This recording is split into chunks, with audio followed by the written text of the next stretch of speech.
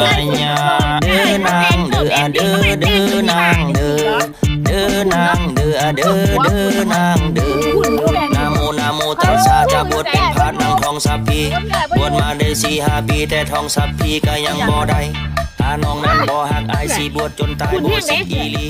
ถ้าน้องนั้นยังมีใจอายสินั่งทาย เขาได้ยากสู ห่วยมันแม่นแนวใดน่ะ เป็นหยังล่ะ นะเสียงกะแม่นได้เขาล่ะมึงแต่งตัวอย่างของมึงเนี่ยนี่ สิไปซื้อของห้าง ไปซื้อของงาน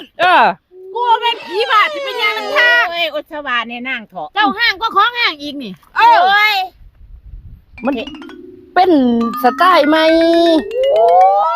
ยกูว่าสไตล์ผีบาทได้ค่ะกูไปเขาเมืองไปเขาสิขาย เขาสิขายให้บ่กูก็สิว่าคือมึง เขา นั่น สิ ล่ะคัน ขาย สิ เป็น เฮ็ด กล้ จั อง ง เท ซี่ กันไว้บ่เจ้านั่น เป็นบ้าหลายไผสิไปกล้องใส่กันไว้จังได๋ ยางลงมากกูว่าเป็นอันมาแต่เมืองมึงเห็นมันยังน้ำมันทางแบกกระสอบเลย นั่น พูด ล่ะ แล้วว่าแต่เพิ่นนั่น โอ้ย กูตีตัวนี้ ยังจังเฮ็ดคืออาจารย์ นี่ล่ะสไตล์ซื้อของห้างมันจะมีจุดเด่น โอ้ยกูว่าเขาสิเล่นหนีเขาบ่ขายให้มึงดอกบ่ผีบาท มิวสิกเอามาเศร้าอีกเอาเข้าไปด้วยมา ไอ้นี่เราบ่มีเงินคำมีแต่ไข่หำ2 หน่วยนี่ล่ะไอ้นี่เราบ่มีเงินทองมากองให้น้องอูอยู่อายา คนดี ไอ้นั้นบ่มีแต่เว็บจีนคันเดียวนี่ล่ะ